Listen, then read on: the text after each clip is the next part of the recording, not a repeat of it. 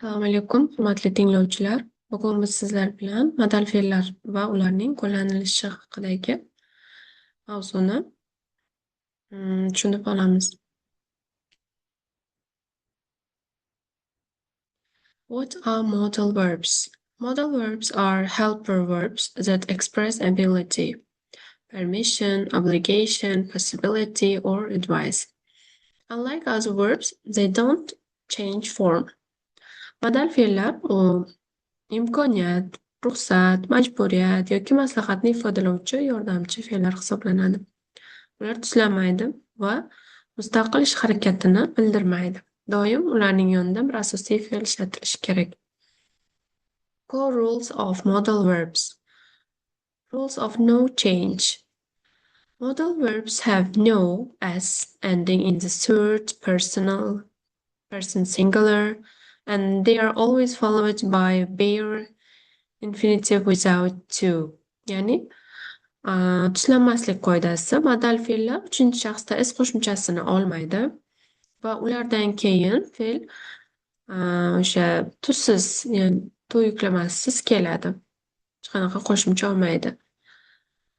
Misollarda ham ko'rishimiz mumkin. He can speak English. We must study. Biz o'qishimiz kerak yoki u ingliz tilida gapira oladi kabi.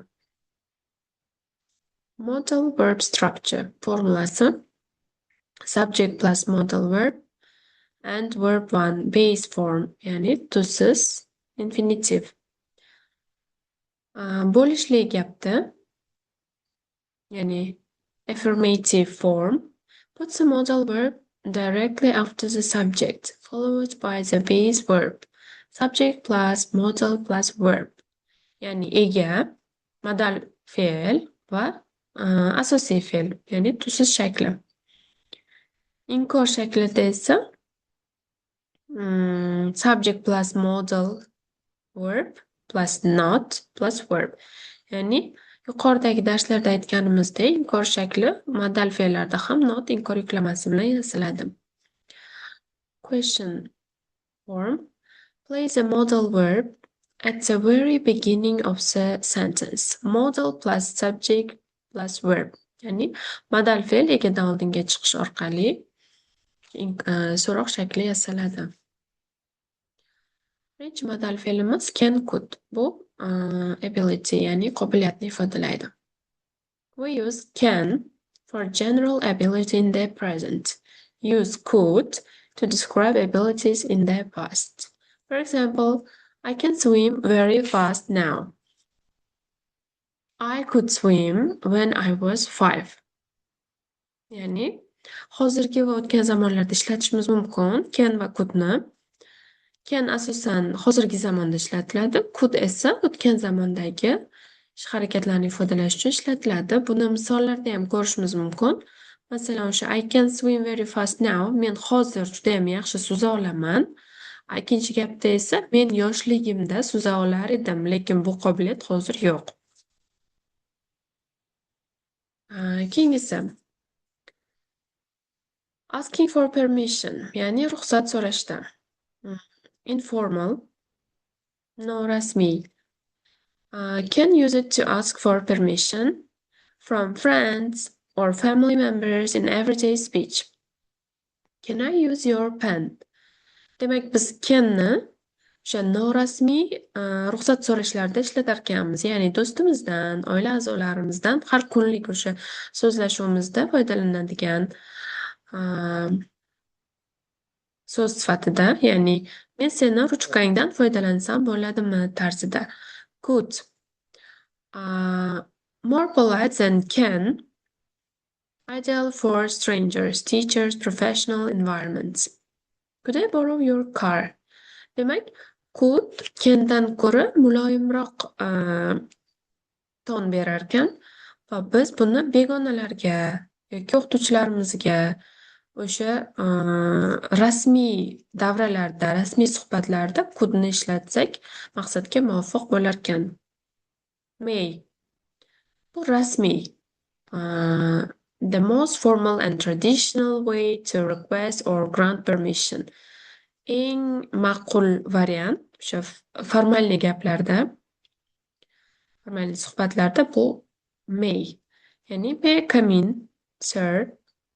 Kirsam bo'ladimi, janob tarzida o'sha biror bir rasmiy davraga kirishdan oldin, ruxsat so'rashda yoki biror ishni qilishdan oldin boshlig'ingizdan yoki rasmiy bir insondan ruxsat so'rashda biz ko'proq mayni ishlatsak maqsadga muvofiq bo'ladi. Obligations must and have to. Must bu majburiyatni bildiradi. Ya'ni express a strong personal obligation or necessity originating from the speaker's own perspective or opinion. We must call my mother. I feel it necessary and important. Ya'ni men onamga telefon qilishim shart. O'zimga o'sha narsani juda muhim deb hisoblayapman.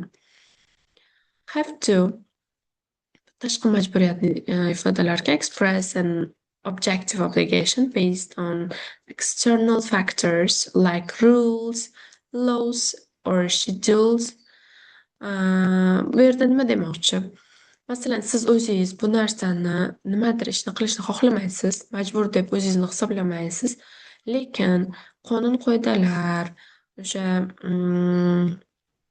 sizni jadvalingizga qaraganda yoki bir vaziyat taqozosi bilan o'sha ishni qilishga majbur bo'lasiz. Misolga qaraydigan bo'lsak, I have to wear uniform at work. Men ishga o'sha formada borishim kerak, kiyib yurishim kerak. It is an official workplace rule. Bu o'sha ishxonani qonun qoidasi. Siz uni o'zingiz majburman deb hisoblamaysiz. O'sha majburiyat qilib qo'yilgan o'sha ishxona tomonidan yoki o'quv dargohi tomonidan talabalarga yoki o'qituvchilarga forma kiyishni majburiy deb qo'yilgan va shunaqa vaziyatlarda biz must emas have to modal fe'lini ishlatar ekanmiz. Prohibition. Ya'ni taqiq va erkinlik. Mustn't, don't have to'ni farqini ko'rib chiqamiz hozir. Mustn'tni biz biror bir ishni qilmasligim shart deb tarjima qilamiz. Don't have to'da esa qilishim shart emas. Ya'ni you mustn't smoke here. Siz bu yerda chekmasligingiz shart. Ya'ni taqiqlangan. Keyingi misolda you don't have to pay. Siz to'lashingiz shart emas. To'lashga majbur emassiz. It's free, ya'ni tekinga nimadir berilsa yoki kimdir sizni o'rningizga to'lab yuborsa, you don't have to pay iborasini ishlatishimiz mumkin ekan. Advice, opinions, ya'ni maslahat berishda. Should modal fe'li ko'proq maslahat berishda ishlatiladi. Masalan, use it to give or ask for mild advice. Muloyim tarzda biror kishiga maslahat berish yoki taklif berish yoki shaxsiy fikringizni ifodalash uchun shouldni ishlatishingiz mumkin. You should study harder. Siz yaxshiroq o'qisangiz yaxshi bo'lardi, o'sha maqsadga muvofiq bo'lardi kabi. Ought to ham should bilan ma'no jihatdan bir xil, very similar to should, but carries tone of moral duty or correctness. Ya'ni bu yerda ko'proq o'sha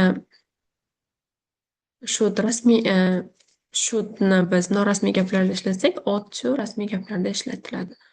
You ought to respect elders. Siz o'sha yoshi kattalarni hurmat qilishingiz kerak, shart. Had better. Bu ogohlantirish. Strong advice.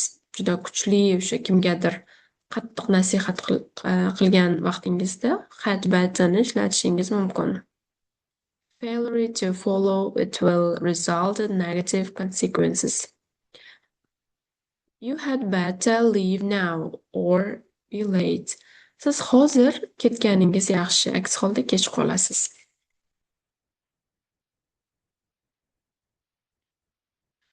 Am, Bu jadvalda biz o'sha can, may, must, should kabi modal fe'llarni bitta jadval asosida qachon ishlatiladi va ularning qaysi zamonda ishlatilishi, nima maqsadda ishlatilishini kichkina jadvalda ifodalab berganmiz.